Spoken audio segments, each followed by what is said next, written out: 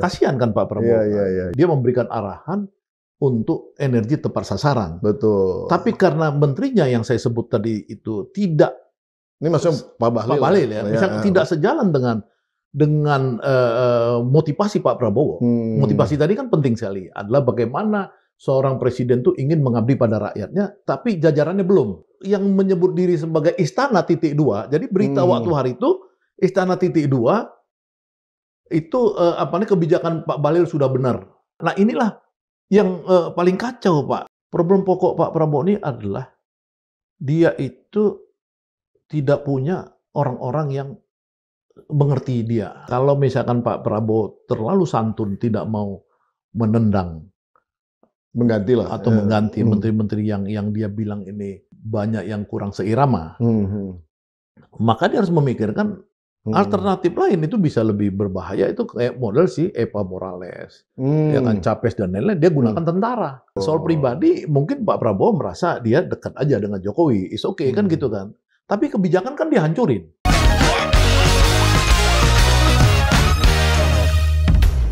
Bismillahirrahmanirrahim. Assalamualaikum warahmatullahi wabarakatuh. Sobat Forum dimanapun Anda berada, kembali bersama saya Pumpi Daidatlo di acara kesayangan kita, PhD 4K. Podcast hanya di sini kritis, kreatif, konsisten, dan kocak. Kali ini mungkin kocak out of the questions, karena kita akan bicara yang sangat serius, dan di studio ini sudah ada Bung Syahganda Nainggolan. Waduh, Assalamualaikum. Waalaikumsalam. Ini aktivis favorit saya juga nih, teman saya, senior saya di SMA 1 Bogor. Yes. Wah ini. Alumni Bogor kita. Luar biasa. Ngomong-ngomong nih, isu yang sekarang berkembang adalah tentang sebetulnya istilahnya penghematan, tapi juga efisiensi, disebut-sebut istilah efisiensi.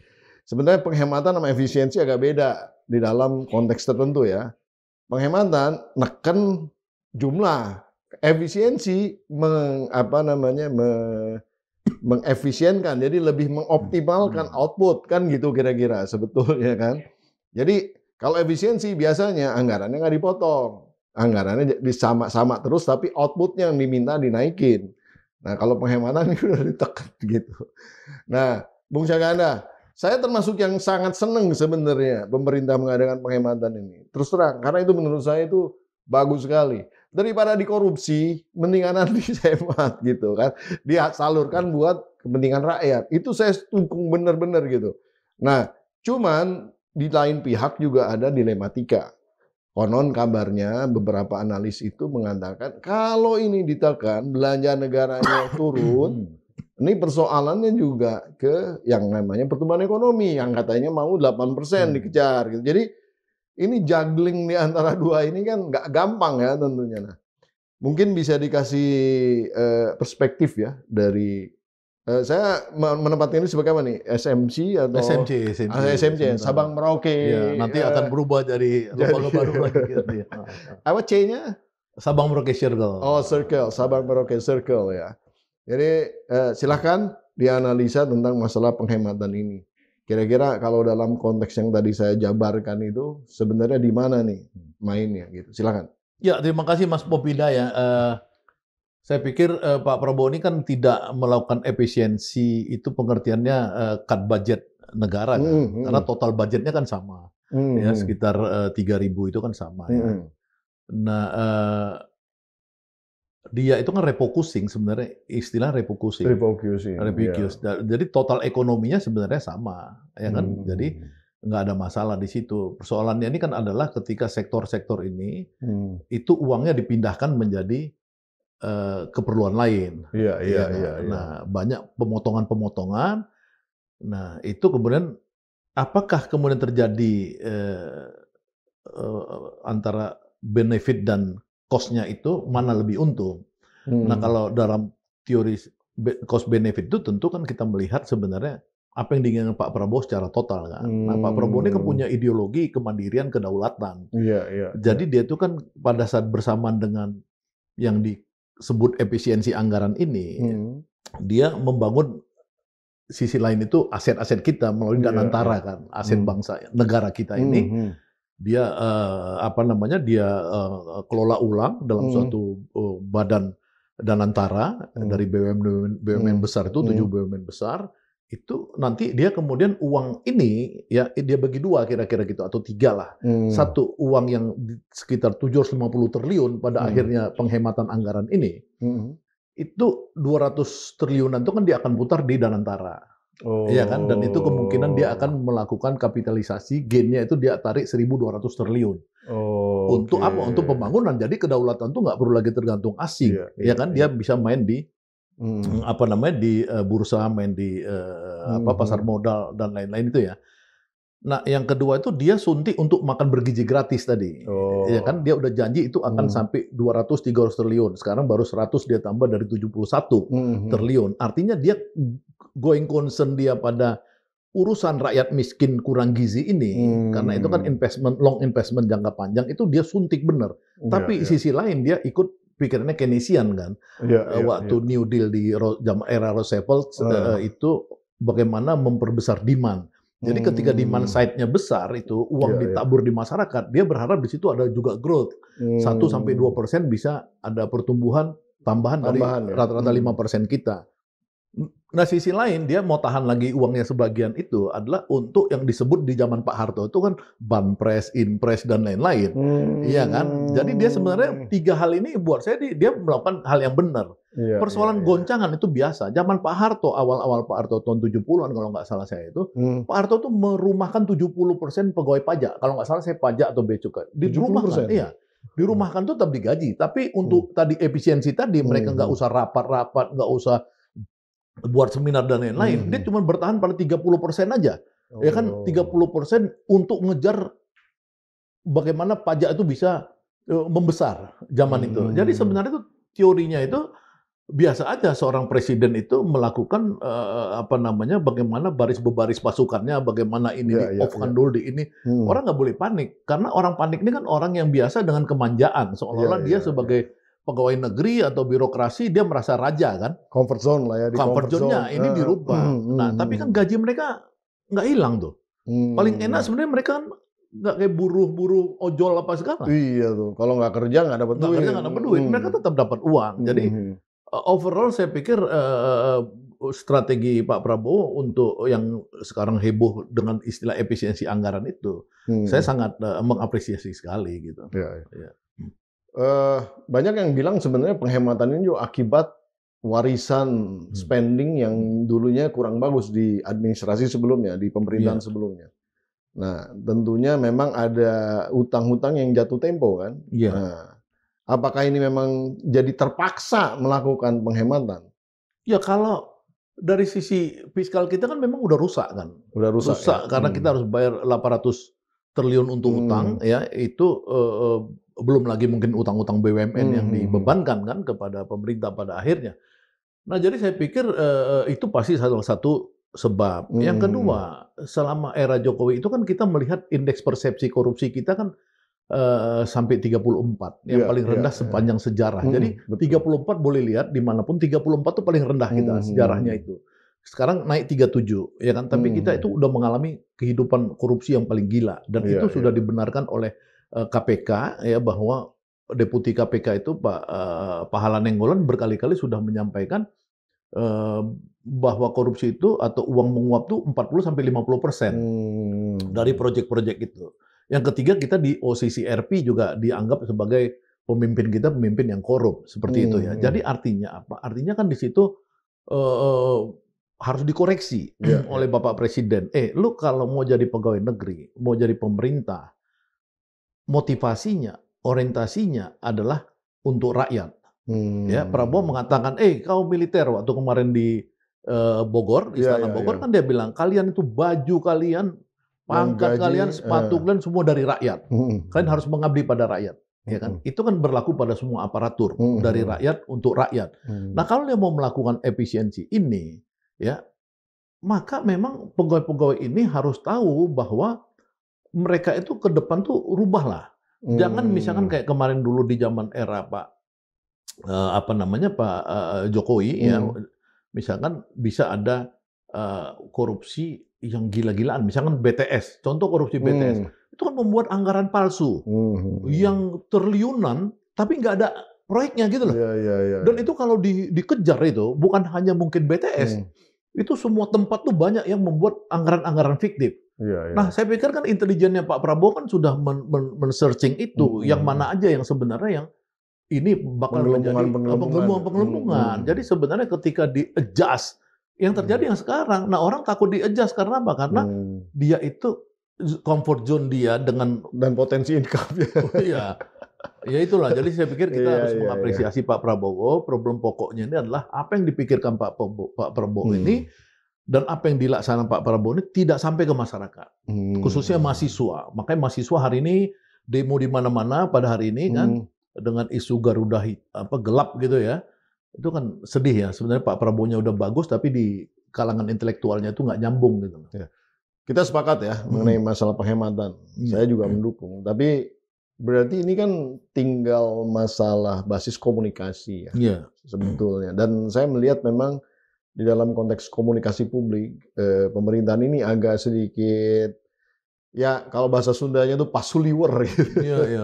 Ada yang versi ini, ada yang versi sana gitu. Nggak ada satu kesatuan yang kemudian, kecuali ya kalau Pak Prabowo langsung yang ngomong ya. Kalau yang lain yang ngomong tuh kadang-kadang kita antar dulu ya, nunggu yang sana aja langsung ngomong langsung gitu. Nah, jadi sebetulnya apa sih yang terjadi di dalam konteks tatanan, maksudnya gayanya pemerintahan Pak Prabowo dalam konteks komunikasi publik ini seperti apa sih gitu ya? Karena kalau saya lihat banyak sekali statement-statement menteri-menteri itu yang kemudian di ujungnya tuh tiba-tiba teranilasikan dengan statement beliau directly ya. Dan tentunya juga kalau kita lihat sebetulnya kan ada apa tuh namanya Biro Komunikasi Kantor Komunikasi Presiden ya. Hasan Nasbi itu. Harusnya kan ini semacam juru bicara ya yang senantiasa dari waktu ke waktu bisa menjadi buffer lah gitu untuk mengkomunikasikan ke publik apa-apa yang memang ada di pikirannya Pak Prabowo langsung gitu ya. Sehingga kan sebenarnya komunikasi publik itu bukan hanya untuk rakyat, tapi juga sama menterinya gitu. Jadi kadang-kadang si menteri juga kan perlu informasi direct gitu di dalam konteks hariannya. Nggak mungkin juga dia telepon sama Pak Prabowo tiap saat juga susah. Nggak semua menteri lah punya privilege itu tentunya. Nah, jadi sebenarnya apa yang terjadi sehingga terus kemudian tadi mahasiswa turun sekarang dan banyak yang merasa bahwa penghematan ini tidak sesuai dan lain-lain. Nah, kira-kira apa yang terjadi dan kemudian kira-kira nanti solusinya seperti apa? Silakan. Ya, jadi gini, Pak Pombida ya, itu jadi kita lihat misalkan kasus gas 3 kg misalnya. Ya kan, yang kemarin tuh heboh sekali di masyarakat. TikTok misalkan ya, media sosial yang paling utama sekarang ini ya, dari kalangan masyarakat yang menengah ke bawah pendidikannya. Itu langsung itu menyebarkan kebencian kepada Pak Prabowo. Iya, yang oke gas lagunya kecil lah gitu. Nah, kasihan kan Pak Prabowo. Padahal Pak Prabowo itu kan di situ tidak salah. Dia memberikan arahan untuk energi tepat sasaran. Betul. Tapi karena menterinya yang saya sebut tadi itu tidak, ini maksudnya Pak Bahlil ya, misalnya tidak sejalan dengan motivasi Pak Prabowo. Motivasi tadi kan penting sekali, adalah bagaimana seorang presiden tuh ingin mengabdi pada rakyatnya, tapi jajarannya belum. Ya kan, jajarannya masih era lama nih, era Jokowi yang saya sebut tadi, misalnya kasus BTS, yang cari cuan apa segala misalnya gitu. Jadi nggak ada pengabdian penuh. Jadi itu ada missing link di situ. Nah, yang paling kacau dalam konteks pertanyaan Pak Pombi tadi soal komunikasi tadi, itu kan malah di situ yang menyebut diri sebagai Istana titik 2. Jadi berita waktu hari itu Istana titik 2 itu kebijakan Pak Bahlil sudah benar. Itu adalah dari Pak kantor presiden Istana Presiden tadi komunikasi itu ya kan Pak Hasan Nasbi misalnya seperti itu. Itu kan jadi kacau balau kan. Padahal presiden itu tidak mengatakan itu, tapi Istana atas nama negara mengatakan itu di media-media. Ini kan bicara media dulu kita analisa media. Nah, inilah yang paling kacau Pak yang terjadi. Ini dua. Satu lagi misalkan pada saat Pak Prabowo di Mesir, di mahasiswa Mesir waktu itu mengatakan, koruptor, kau kembalikan uang kau. Ya kan, saya bisa saja mengampuni apa segala. Nah, itu kan kemudian disambut oleh Yusril. Iya kan pertama kali Yusril yang menyambut. Dicarilah pasal-pasal yang sesuai. Akhirnya kacau balau. Karena apa? Karena kalau misalkan itu dijelaskan oleh seorang juru bicara presiden kayak di Amerika Serikat misalkan kayak gitu, itu pasti nggak salah itu. Dia pasti akan atau zaman Pak Harto lah, ketika Pak Harto ngomong Pak Murdiono keluar, wartawan semua merujuk pada Pak Murdiono dan semuanya clear. Ada Pak Harmoko juga sempat Pak Harmoko gitu. Ini kan nggak ada, tidak. Jadi karakternya ini. Jadi waktu Pak Harto itu dulu, seingat saya menunjuk Pak Murdiono dan Pak Harmoko, itu karena mereka itu sudah luar dalam tuh. Tune in lah ya. Tune in sekali sudah gitu. Jadi Pak Murdiono tahu persis apa yang diinginkan oleh Pak Soeharto waktu itu. Nah ini kelihatan tidak nih antara Pak Yusril kemarin dengan urusan koruptor. Akhirnya babak belur kan. Berantem tuh isunya. Isu medianya ya antara kejaksaan dengan kantor hukum. Ya kan dua-dua tabrakan. Ini juga nggak jelas. Paginya ngomong istana setuju Pak Bahlil. Sorenya udah bingung lagi gitu kan. Nah problem pokok Pak Prabowo ini adalah dia itu tidak punya orang-orang yang mengerti dia, mengerti karakternya, mengerti sejarahnya, mengerti agenda-agenda besarnya di dalam barisan itu. Yang saya lihat tuh baru bagus Profesor Dasko, baru saya lihat Profesor Dasko, yang dia itu memang karena dia melekat kan. Yang lain belum. Ini konteksnya ke media ya. Saya lihat belum konteks ke publik. Belum politik, belum yang lain. Belum. Nah, makanya di sini memang problem utamanya dia harus menemukan tuh 5-10 orang komunikator yang memang dia mengerti siapa Prabowo itu gitu loh. Ya kan itu mesti ngerti Pak Prabowo tuh pikirannya apa segala. Kalau nggak nih babak belur terus ke depan. Kasihan Pak Prabowo bagus, ideologis, tapi di masyarakat tidak diterima, ini tidak diterima, di mahasiswa tidak diterima sampai saat ini gitu. Ini problemnya. Ya sayang sekali ya sebenarnya. Karena saya tuh sebenarnya adalah saksi juga dan saya tahu sekali gitu bagaimana seorang Prabowo itu berpihak kepada orang-orang kecil terutama. Dan saya bisa ceritakan berbagai macam cerita pengalaman saya bersama beliau itu, yang melihat sendiri dengan kasat mata gitu bahwa memang perhatian itu bukan dibuat-buat, gitu. Bukan hanya untuk politik, tapi memang genuine dari dirinya, gitu. Nah ini tuh sebenarnya memang perlu orang yang tadi betul. Saya juga sepakat adanya komunikator-komunikator yang memang ya sebenarnya nggak perlu intens, tapi paling tidak dia tahu secara psikologis Prabowo ini berpikirnya seperti apa. Gitu. Apalagi sebetulnya kan kayak, mohon maaf nih. Common sense saja kayak kebijakan common sense itu kayak kebijakan LPG gitu ya. Ketika rakyat tersiksa harus mengantri, nah logikanya kan wah ini nggak sesuai nih sama Prabowo. Kirain harusnya bisa nangkap begitu kan. Nah, jangan nunggu lama. Jangan langsung ini dulu. Nah mungkin nanti statement yang akan keluar kira-kira kalau saya jadi Hasan Naswi nih, saya akan ngomong gini. Oke, nanti kita lihat dulu. Saya melihat bahwa antrian ini tidak sesuai dengan pemikiran Pak Prabowo gitu. Tapi ya mungkin kebijakan nanti kita akan bicarakan dengan Menteri SDM terkait lah. Kenapa bisa seperti ini? Di lain pihak sebetulnya dalam konteks gas LPG ini juga yang tidak difikirkan secara lapangannya oleh basis keputusan yang diambil oleh Bahlil gitu ya. Karena kan 12.000 ya, 12.000 itu kira-kira gitulah, sekitar segituan itu kan itu harga di pangkalan. Nah kalau bagaimanapun juga kalau di 22.000 orang pada beli itu kan ada biaya jalannya gitu ya. Bagaimanapun juga. Jadi bukan ini ada mafianya orang kan tiba-tiba mikir padahal ini jalannya loh. Nah, jangan juga kemudian dimain-mainin supaya nanti basis distribusi ini malah dimainkan oleh kelompok tertentu juga gitu. Betul. Saya nggak nuduh lah, tapi intinya hal-hal itu ada aja di benak saya kalau misalnya ada niat sesuatu mau diintervensi ini pasti mau ada alternatif yang lain gitu. Tapi anyway, yang sekarang bagaimana kira-kira membangkitkan kepada publik apa yang kita bicarakan ini sebenarnya untuk juga membantu ya bagaimana yang namanya basis penghematan ini bisa istilahnya didukunglah oleh rakyat secara menyeluruh gitu ya. Nah, kira-kira bagaimana ke depannya pemerintah ini di dalam konteks meyakinkan masyarakat itu bahwa ini benar. Gitu. Langkah ini benar. Atau mungkin kayak Lula aja. Lula kan Presiden Brazil itu, yang dia nggak pusing tuh. Mau yang middle class sama orang kaya yang menghujat dia, pokoknya dia pro rakyat yang miskin ya terus dibantu. Rakyat miskinnya senang, dia survive terus secara politik. Apa mungkin seperti itu? Silakan. Ya saya pikir dia Pak Prabowo ini lebih hebat dari Lula ya. Karena saya membandingkan, saya nulis kemarin tuh membandingkan Prabowonomics, saya tulis ya. Itu dia sudah masuk ke Common Prosperity. Common Prosperity ini kan tahun 2021 kan diluncurkan oleh Xi Jinping.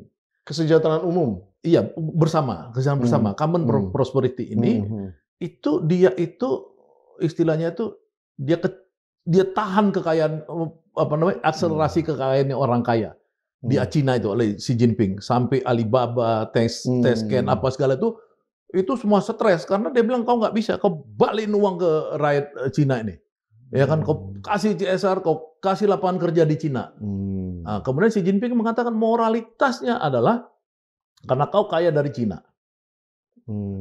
Itu ditiru Prabowo saya lihat sekarang. Ketika Prabowo pidato kemarin, ya kan, dia bilang kalau kau pengusaha kau ini membuat harga gabah di bawah ini petani, kepantasan yang produksi, petani, biaya produksi, saya cekik kamu. Kan ngomong dicekik gitu, saya cekik kamu. Nah, ini kan udah ancaman yang sangat serius kepada pengusaha yang nakal, yang main-main, yang hanya pengen sebagai kapitalis murni, dia tidak mikir bangsanya lagi kan. Prabowo bilang semua harga boleh naik, boleh turun, harga tiket boleh turun, harga macam-macam boleh turun, tapi harga gabah nggak boleh turun. Petani harus kaya, misalnya kayak gitu. Nah, ini saya lihat sama di zaman Deng Xiaoping juga gitu. Petani kaya dulu, baru yang lain ikut, kan gitu. Jadi artinya apa? Artinya Prabowo ini sebenarnya sangat sosialistik ya. Saya lihat sangat sosialistik. Jadi paradigma ini 180% berbeda dengan Jokowi. Nah, makanya ini saya perlu memberi pandangan saya di publik ketika orang-orang semua yang selama ini tidak terima dengan Jokowi dan Prabowo kemudian mengatakan hidup Jokowi di dalam acara itu saya pikir kita jangan langsung menyamakan antara pribadi dan kebijakan. Iya kan, soal pribadi mungkin Pak Prabowo merasa dia dekat aja dengan Jokowi, is okay kan gitu kan. Tapi kebijakan kan dihancurin sama dia. Kebijakan Jokowi soal pagar laut itu, ya kan, kebijakan Jokowi soal kelapa sawit ilegal 3,3 juta hektar yang mau diputihkan. Kebijakan Jokowi yang hanya memberikan upah buruh rata-rata 1% setiap tahun, sama Prabowo dinaikin 6,5%. Dahsyat. Dahsyat sekali, sangat dahsyat. Ini kan paradigmanya udah beda. Nah, makanya Prabowonomics ini betul-betul sangat sosialistik. Jadi jangan lagi kita masuk di yang non-substantif. Misalkan, kenapa sih Prabowo bela-bela Jokowi, hidup Jokowi? Saya nggak termakan dengan itu. Karena saya nggak melihat itu. Saya melihat hanya lo masuk di agenda sosialistik kerakyatan yang begitu hebat, bagaimana kita nggak mengagumi Prabowo gitu loh. Jadi dia di atas Lula sebenarnya. Jadi antara Lula dengan Xi Jinping. Tingkat sosialistiknya itu.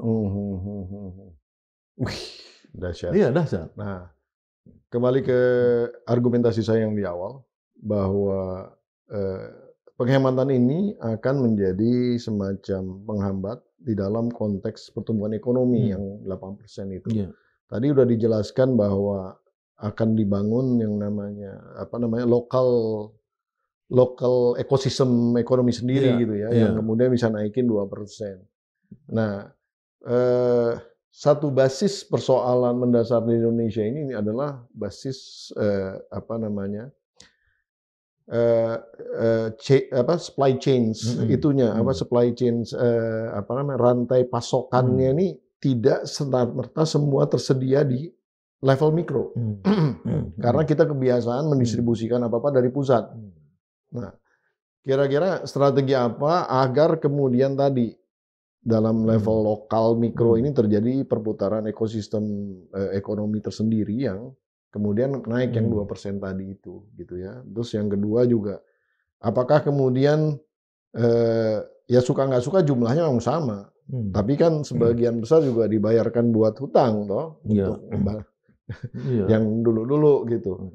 Nah, eh, dari prioritasnya sebenarnya prioritasnya ngeduluin yang mana?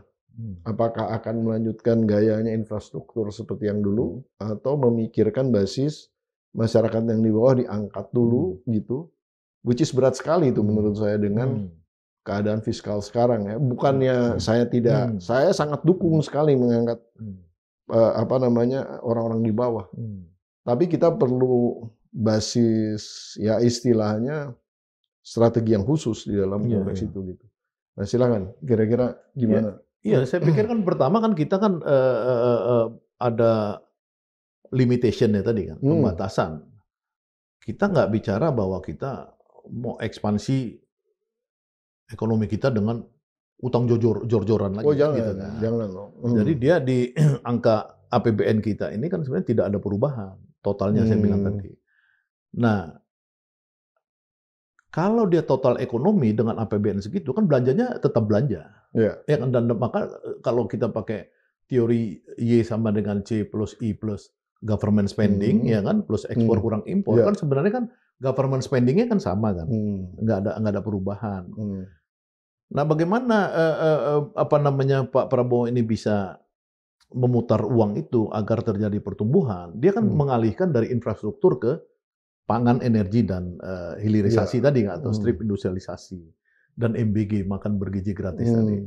Kalau infrastruktur itu kan long term, ya kan, kalau kata Keynesian, ya kan, itu orang-orang yang menjanjikan long term itu, in the long way everybody will die. Ya kan, jadi nggak menikmati juga kan gitu kan. Orang bilang oh infrastruktur, iya betul. Semua presiden juga ngerti bangun infrastruktur. Soeharto bangun infrastruktur Bogor Jakarta sampai sekarang dari mulai saya SMA dengan Bung Bobi dan SMA 1 Bogor itu tahun 70-an 60 sampai sekarang itu nggak pernah diperbaiki, mulus tuh jalan bagus terus. Ya kan? Iya. Artinya semua orang berpikir infrastruktur pasti dari zaman Belanda pasti, tapi kan kemudian itu kan nggak boleh jor-joran di situ. Dia kan harus diputar juga uang itu di sektor lain. Dan Pak Prabowo ini pengen di tadi kan pangan. Karena dia ini yakin bahwa Indonesia ini sebagai negara agraris itu punya potensi aquaculture, ya, kemudian agroindustri yang tadi dan lain-lain itu. Nah, persoalannya memang tidak semua negara bisa daulat pangan. Misalkan kita daulat beras, bisa nggak kita daulat beras? Ya kan, kalau kita misalkan nggak bisa, ya kita bertahap dong. Karena apa? Karena beras itu kan memang dari alamiahnya kita, Indonesia ini kan tidak seluruhnya makan beras. Alami natural historisnya.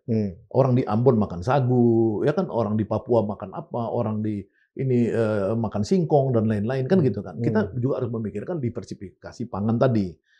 19% kontribusi gandum di Indonesia itu impor, misalnya kayak gitu. Iya kan? Karena kita udah makin senang makan mie dan lain-lain apa segala. Nah, Indonesia memang harus keluar dari krisis ketergantungan. Iya kan, ini dulu kan problemnya. Jadi ada ketahanan pangan, ada kedaulatan pangan. Jadi kita kalau belum bisa daulat pangan untuk bidang apa beras misalkan, ya kita mesti pelan-pelan diversifikasi tadi.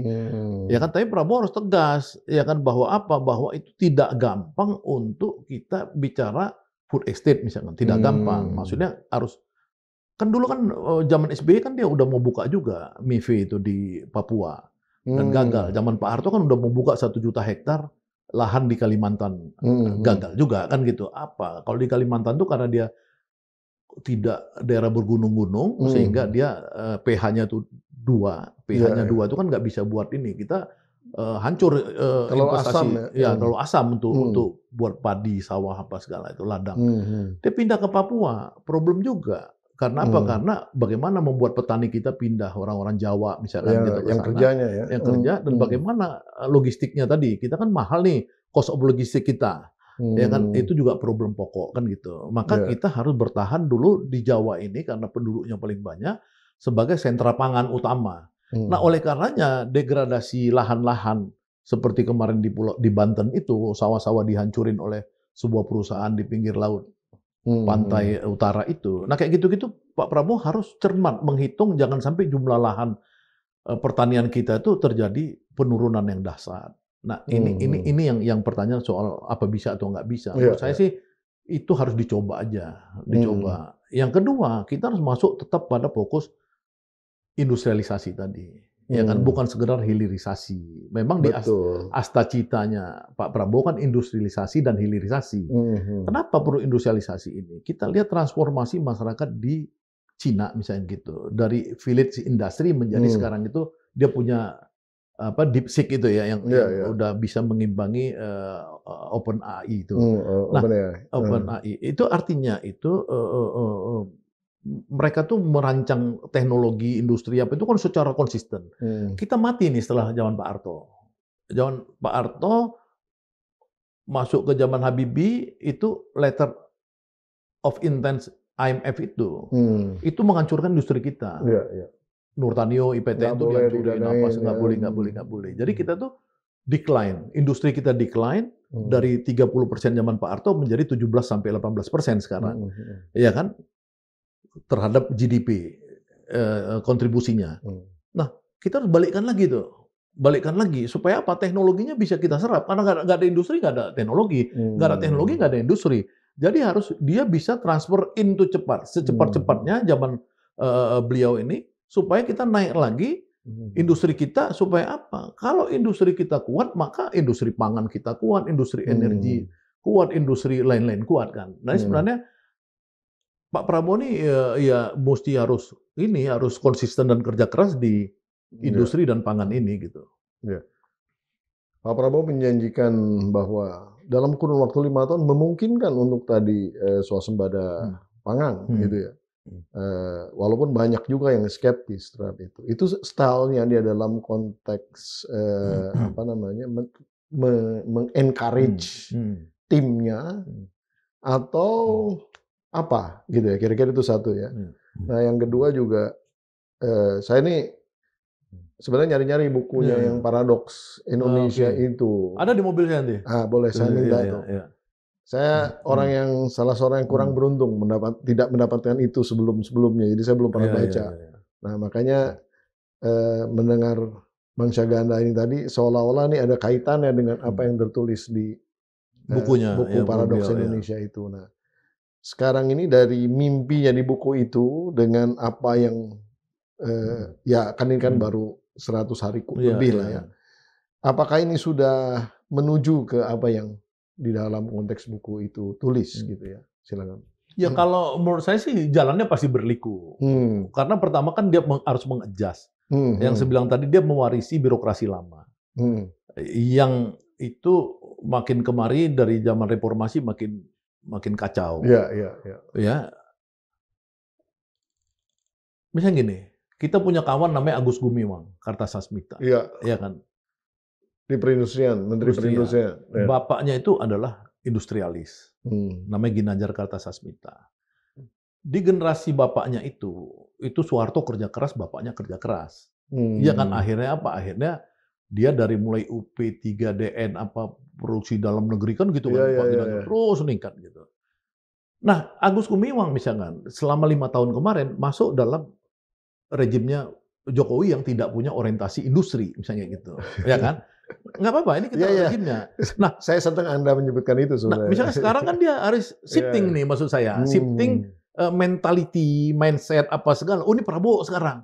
Nah, tapi saya yakin dia harusnya bisa. Jadi istilah keberlanjutan, tapi ini sekarang pemimpinnya baru. Jadi sebenarnya nggak ada keberlanjutan gitu. Beda. Dia harus betul-betul shifting maksud saya. Iya, betul. Kalau dulu kerjanya misalkan sambil berleha-leha bisa, sekarang dia harus proaktif dong. Proaktif, misalnya kayak gitu di sektor industri. Nah, yang lain-lain juga begitu. Misalkan ini memang Pak Prabowo harus cepat menilai jajaran sektoral dia ini harus cepat nih. Ya kan paling lama 6 bulan. Bulan April tuh udah harus ketahuan. Ini orang dalam tim saya masih bisa atau enggak? Bisa atau enggak? Ya, kalau soal koalisi itu harus diberikan konsesi, silahkan. Apa konsesi itu macam-macam, bisa konsesi tambang kayak Muhammadiyah, NU dikasih tambang apa. Tapi kalau orang kerja itu dicari benar. Jadi zaman Pak Harto yang kita kagum dari Pak Harto dulu. Terserah ya, saya di penjara kan zaman Pak Harto kan. Ya kan. Tapi saya kagum karena dia orang kerja gitu loh. Kerja semua jajarannya itu mau katanya Radius Prawiro, Sumarlin apa, ini kerja. Iya. Kerja terus. Jadi disebut teknokratik kan zaman dulu itu. Teknokrat, betul. Jadi ini dicari, jangan orang politician. Ya kalau misalkan orang mau, misalkan orang politisi, tokoh Golkar mau jadi menteri perindustrian atau Pak Bahlil mau jadi menteri SDM, kerjalah. Saatnya nih kerja gitu loh. Jangan pikir nih kira-kira Prabowo kan udah bilang 10 tahun dia berkuasa kemarin. Semua udah setuju kan dia 10 tahun kan 80% partai bersatu udah setia tuh. Kami akan dukung Prabowo 10 tahun. Ya lu pikirin dong 10 tahun nih bisa kerja nggak lu? Itu loh bener tuh ya. Ya jangan cuma mikirin buat danain partai aja gitu. Ya nggak bisa lagi, nggak boleh lagi. Udah nggak boleh lagi, iya. Udah dilarang sama Pak Prabowo. Oh, dahsyat sekali kalau karena gitu. kan bagaimana mau kita maju negara bangkit kalau industri lemah? Itu kagak ada di seluruh dunia.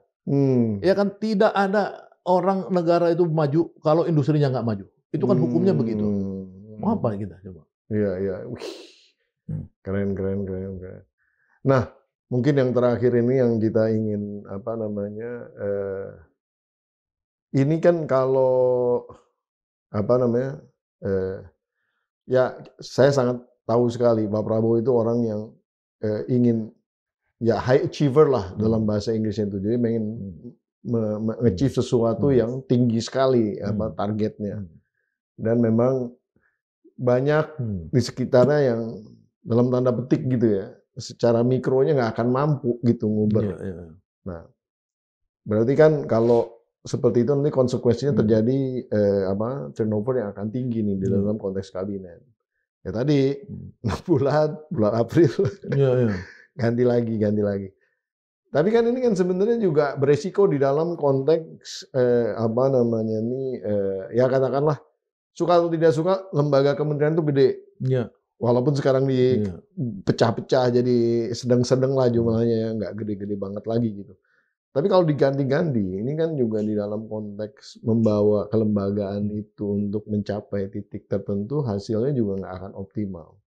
Nah, menurut Anda yang paling baik saran untuk Pak Prabowo itu gimana gitu, di dalam melihat hal ini? Kalau menurut saya gini, pergantian kabinet itu harus. Harus ya? Harus itu. Sebagai basis ini juga karena ya, kan basis udah kita lihat ya, sebagai cemeti juga. Karena kan dalam teori manajemen itu kan memang antara rewards and punishment, leader dan jajaran manajemennya kan harus nyambung kan. Kalau kita lihat dari kasus-kasus sekarang ini kan lamban, dia tidak mampu meng-catch up apa yang Pak Prabowo pikirkan dan laksanakan. Ya, kasus Bahlil itu kan cuma satu kasus, tapi kan kasus lain di Departemen Pendidikan, di Departemen Kehutanan apa ATR BPN kemarin. Iya, ATR BPN apa itu kan lambat ya. Jadi memang harus, Pak Prabowo itu harus, ya kan. Banyak sekali yang baru-baru yang ini, misalnya kayak ngurusin 3,3 juta hektar lahan sawit ilegal yang mau diambil sama Pak Prabowo. Itu kan nggak gampang. 3,3 juta itu di value sama Pak Prabowo itu 240 triliun penerimaan negara per tahun.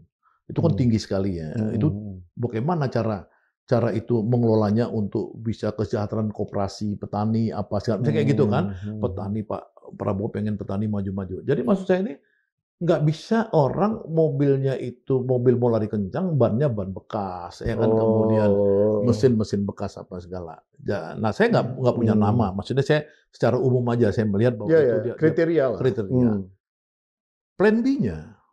Plan B-nya kalau misalkan Pak Prabowo terlalu santun tidak mau menendang, mengganti menteri-menteri yang dia bilang ini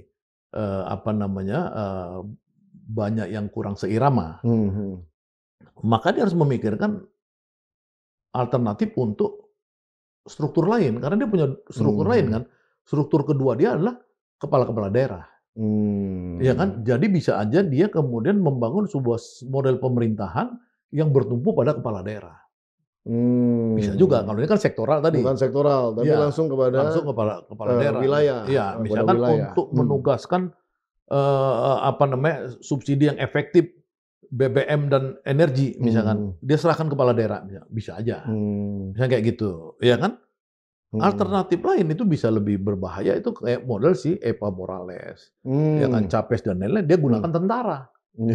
Ya kan, dia nggak pakai lagi sipil gitu loh. Betul, ya kan, tentaranya yang kerja itu bisa. Nah, Jadi ini saya sebagai pengamat ya, kalau Pak Pompida ini kan lebih kenal daripada saya dong soal Pak Prabowo Ya kan. kalau Pastilah, sempat dekat sekali lah. sangat lah, karena itu kan grup-grup kodel semua kan di Iya. situ dulu Nah, zaman. saya sempat kerja sama Pak Prabowo kan 4 tahun. Alhamdulillah 4 tahun ya kan, apalagi Maher apa segala itu temannya Pak Pompida kan di intinya Pak Prabowo. Nah saya sebagai Iya, pengamat aja nih, jadi supaya orang jangan pikir saya dekat, yang dekat tuh Pak Pompida nih biar orang tahu ya kan. Nah saya cuman Loh, saya kan gali terus itu saya sebenarnya. sebagai pengamat aja, Ya. itu memang harus Pak, harus ada pergantian, itu nggak mungkin nggak ada pergantian. Nah yang terakhir itu ya ini apa namanya, ini kan zaman zaman apa namanya, zaman media sosial apa segala ya. Itu memang tidak ada presiden itu bisa bebas, bisa tenang, bisa ini tanpa gangguan rakyat. Rakyat ini bisa marah, bisa keinginan, harapan apa macam-macam ya kan. Kalau dia lapar dia langsung kasih ke medsos, dia menyediakan. Nah, disinilah peran daripada komunikator. Satu-satunya selain yang tadi yang soal barisan dia kabinet kepala, itu adalah kuncinya adalah komunikator. Komunikator antara presiden model Pak Prabowo dengan rakyatnya. Kalau model Jokowi mungkin Hasan Nasbi cocok, mungkin tim-tim media begitu cocok untuk ini, untuk Pak Jokowi. Tapi mungkin Presiden Prabowo harus memikirkan tim dia yang canggih itu, yang bisa menerjemahkan, yang buat rakyat tenang, ya seperti sekarang. Kalau saya misalkan bisa ngebaca bahwa urusan teriak adili Jokowi itu sebenarnya kalau dia bilang hidup Jokowi tapi rakyat bilang adili Jokowi, itu sebenarnya bisa dijembatanin oleh seorang komunikator. Sebenarnya maksudnya Pak Prabowo itu ya itulah cara orang Jawa, bagaimana dia bisa mengayomi orang yang pernah berjasa sama dia, gitu-gitu loh. Harusnya itu bisa dijembatanin. Itu jadi dua hal itu saya pikir. Luar biasa. Wah, mantap sekali nih diskusi kita nih. Sangat menarik dan sangat mengerucut langsung. Mungkin ada beberapa patah kata yang ingin disampaikan kepada audiensnya PhD 4K, silakan. Ya, saya berharap karena ini hari kita bicaranya temanya efisiensi, ya. Saya berharap semua masyarakat paham bahwa ya kita memang menuju satu era di mana kita harus masuk menjadi negara maju, ya, di mana orang itu sangat menghargai memiliki apa yang kita bisa miliki, mengeluarkan apa yang bisa kita keluarkan. Ya, hidup efisien itu adalah ciri-ciri negara besar. Jadi mudah-mudahan ini adalah satu pembelajaran bagi kita untuk menuju negara maju dengan tema hemat, efisiensi, ketepatan dalam penggunaan anggaran dan lain-lain. Luar biasa. Terima kasih. Terima kasih. Nah, itulah tadi Bung Syenggana Nainggolan, Ketua Umum ya dari SMC. Iya, Sabang Merauke Circle. Sabang Merauke Circle yang banyak mengadvokasi isu-isu di dalam konteks ekonomi, sosial, dan keberpihakan terhadap rakyat yang paling penting. Dan pembahasan kali ini adalah mengenai bagaimana langkah strategis yang namanya efisiensi ini, yang kemudian nanti kita rasakan. Sekarang memang menjadi sesuatu yang perlu diperdebatkan gitu, namun belum tentu di kemudian hari manfaatnya kita bisa nikmati. Tapi kalau kita dengarkan dan kita lihat, nampaknya ini cukup menjanjikan juga, dan mungkin kita perlu berikan peluang di dalam konteks efisiensi ini bisa kejadian. Nah, oleh karena itu Sobat Forum, pencinta PhD 4K, nonton terus ya PhD 4K, podcastannya di sini, kritis, kreatif, konsisten, dan kocak. Dan kita terus jaga negara ini agar benar-benar terus menjadi negara yang selalu bisa layak dihidupi oleh rakyat Indonesia, layak dihidupi oleh anak-anak bangsa ke depan, dan juga menjadi negara yang aman, tentram, dan bahkan menjadi negara yang adil dan makmur. Assalamualaikum warahmatullahi wabarakatuh. Sampai di episode berikutnya, saya Pompida Hidayatullah undur diri.